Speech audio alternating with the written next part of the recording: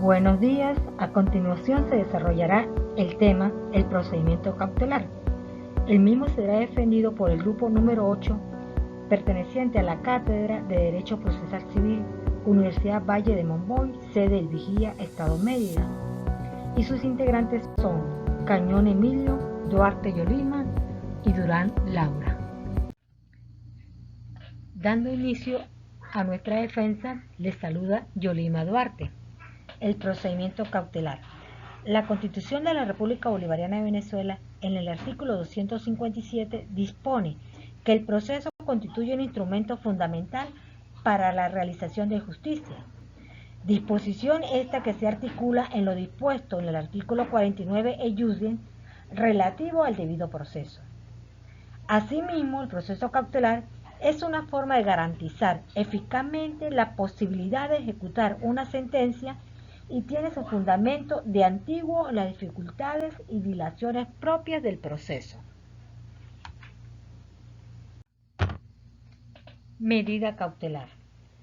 Calamandrei decía que para una correcta concreción de justicia debían concurrir dos exigencias, que son hacer las cosas pronto y hacerlas bien, definiendo la medida cautelar como la anticipación provisoria de ciertos efectos de la providencia definitiva a prevenir el daño que podría derivar del retardo de la misma. Mientras que para Francesco Carnelute, él llamaba proceso cuando en vez de ser autónomo, servía para garantizar, es decir, constituía una cautela para el buen fin de otro proceso definitivo. Cabe distinguir que las medidas cautelares son disposiciones de carácter temporal, que un tribunal dicta a solicitud de parte o de oficio para mantener una situación jurídica y así asegurar una expectativa o prevenir que el deudor haga disposiciones de la misma y evite el pago de la deuda. Ejemplo, Pedro le debe $1000 a Juan. Pedro tiene un carro. Entonces, el tribunal dicta una medida preventiva sobre el vehículo de Pedro para así garantizar de que cuando finalice el juicio por cobro de bolívares a Juan, tenga con qué responder. Si él no tiene el dinero líquido en efectivo, pues tiene el vehículo retenido con el cual puede cubrir esa deuda contraída. Las medidas cautelares cuentan con características fundamentales, entre las cuales podemos mencionar la instrumentalidad, la provisionalidad, la jurisdiccionalidad, la variabilidad y la urgencia. La instrumentalidad o accesoriedad no son autónomas. Su finalidad es garantizar el cumplimiento de la futura sentencia, es decir, se dicta en ayuda y auxilio de la providencia principal para asegurar sus resultados. Variabilidad o temporalidad. Son medidas preventivas que pueden ser modificadas cuando cambia el estado de la cosa para el cual se dictaron y depende de la mutabilidad o inmutabilidad de la situación de hecho que le dio origen. La provisionalidad. Están a la espera de la realización de actos procesales posteriores y será sustituido su efecto por otro de carácter permanente, es decir, la sentencia final definitiva. Urgencia. Las medidas cautelares para las que no resultan irrisorio el fallo, la urgencia viene a ser el método eficaz, la garantía en el proceso, la necesidad de un medio eficaz y rápido de derecho estricto. La jurisdiccionalidad. Las medidas cautelares solo pueden ser decretadas por el Estado, la jurisdicción, es decir, que esta medida debe ser dictada por el orden jurisdiccional que está en conocimiento del proceso. Finalidad de las medidas preventivas. tiene por objeto evitar que se llegue a burlar el derecho de parte que puede derivarse de la duración del mismo proceso. Las medidas cautelares tienen doble finalidad. Por un lado, la finalidad inmediata, que consiste en la preservación y legitimidad del Estado de derecho del demandante, y por el otro, la finalidad inmediata, que trata sobre el objeto de asegurar para el titular de derecho que una vez recorrido la fase del proceso judicial, se le dé la ejecución de la sentencia que se dicta y ésta no quede irreal, ilusoria o ficticia. Es decir, que se cumpla la ejecución de la sentencia de manera efectiva. Las medidas preventivas o cautelares las podemos clasificar en dos: en medidas nominadas y en medidas innominadas. Estamos hablando de medidas innominadas en aquellas providencias que el juez puede ejecutar, y las mismas pueden ser asegurativas o conservadoras. Estas medidas no recaen en bienes patrimoniales y consisten en atribuciones o prohibiciones que el juez pueda ejecutar. Mientras que las medidas nominadas las podemos clasificar en el secuestro de bienes determinados, tipificado en el artículo 599, el embargo preventivo de bienes, tipificado en el artículo 591 del Código de Procedimiento Civil, y la prohibición de enajenar y gravar bienes inmuebles, tipificado en el artículo 600 del Código de Procedimiento Civil. Ahora bien, tenemos que las medidas nominadas recaen en bienes patrimoniales. Es así que tenemos el embargo de bienes. Quiere decir que son aquellos embargos que se ejecutan sobre los bienes que son pertenecientes al deudor, y en caso de que falten bienes, se pueden embargar sueldos y salarios o cualquier otro tipo de remuneración que reciba el deudor. Tenemos el secuestro de bienes. Consiste en depositar los bienes o muebles que se encuentran en litigio, es decir, quedan en manos de terceros con fines preventivos y de preservación a través de un contrato entre el deponente y el depositario. Y tenemos la prohibición de enajenar y gravar bienes inmuebles. Este consiste en limitar el derecho de propiedad, y enajenar quiere decir que vender o transferir, es decir, que la persona no puede ni vender ni transferir el bien inmueble ni someterlo a una carga económica, mientras que este bien inmueble se encuentre en litigio. Ahora bien, ¿sobre qué bienes es viable que se decreten las medidas cautelares? Lo ubicamos en el artículo 587 del Código de Procedimiento Civil, que textualmente dice: únicamente podrán ejecutarse sobre bienes que sean propiedad de aquel contra quien se haya librado la medida. Se dan sus excepciones, tal es el caso de secuestro, tipificado en el artículo 599 del Código de Procedimiento Civil. Buenos días, Laura Durán. A continuación hablaremos de las medidas preventivas. Antes de pasar a hablar acerca de las medidas preventivas, debemos saber qué son las medidas preventivas. Se entienden por esas todas aquellas dictadas por el juez y destinadas a prevenir los riesgos de vulnerabilidad a la parte ganadora o vencedora de su derecho. Están contempladas en el Código de Procedimiento Civil en el libro 3, título 1, capítulo 1. En el artículo 585 del Código de Procedimiento Civil se establece que el juez los decretará solo cuando exista riesgo manifiesto de que quede ilusoria la ejecución del fallo. Para que se lleven a cabo estas medidas preventivas deben existir una serie de requisitos. Entre ellos están: primero, que exista un juicio pendiente, que se esté llevando a cabo un juicio y se corre el riesgo de que se vulnere el derecho. 2. Que exista riesgo manifiesto sobre que el fallo del carácter denominado fumus peculum mora. Tercero, que la petición encaje dentro de los casos taxativamente determinados en el Código de Procedimiento Civil. Y cuarto, la presunción grave del derecho que se reclama. Todas estas están contempladas en el artículo 585 del Código de Procedimiento Civil y se denominan medidas cautelares. Bien, continuemos ahora con las medidas innominadas. Estas son un tipo de medidas preventivas de carácter cautelar. No están expresamente determinadas en la ley, pero constituyen el poder cautelar en general de los jueces, quienes a solicitud de parte pueden decretar y ejecutar las medidas adecuadas y pertinentes para evitar que se dañe a la otra parte o que se infrinja su derecho. Se diferencian de las medidas cautelares típicas en que no tienen un fin cautelar y su función jurisdiccional no se agota con declarar el derecho y ejecutarlo, sino como prevención, es decir, garantizar a través de acciones rápidas e inmediatas que no se lesionen los derechos subjetivos de los ciudadanos.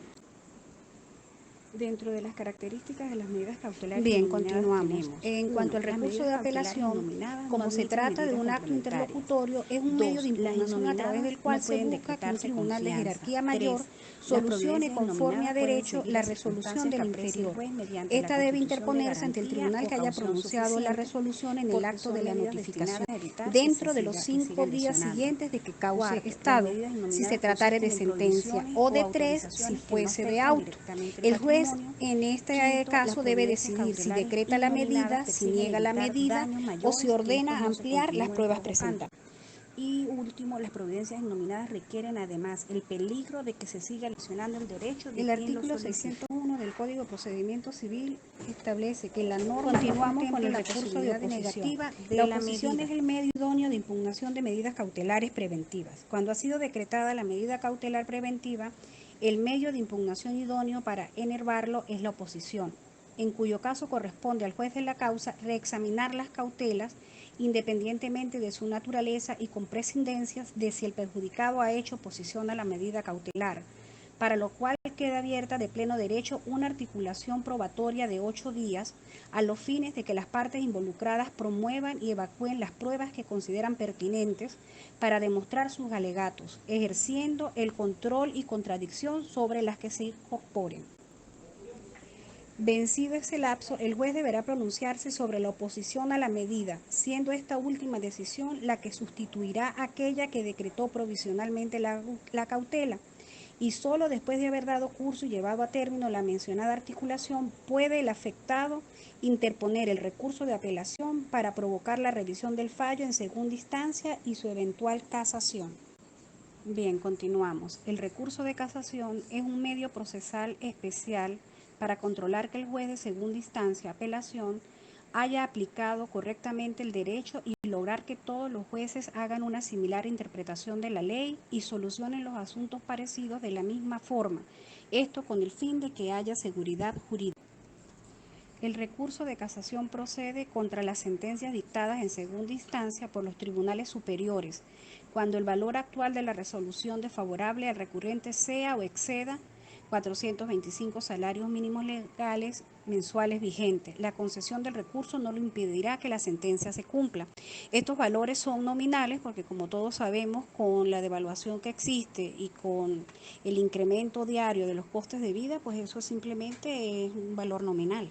Siguiendo con el tema del grupo número 8, y recordando que fue nombrada en las medidas preventivas cautelares, tanto las medidas innominadas y las medidas nominadas, que fueron nombradas por los compañeros que en un principio estuvieron.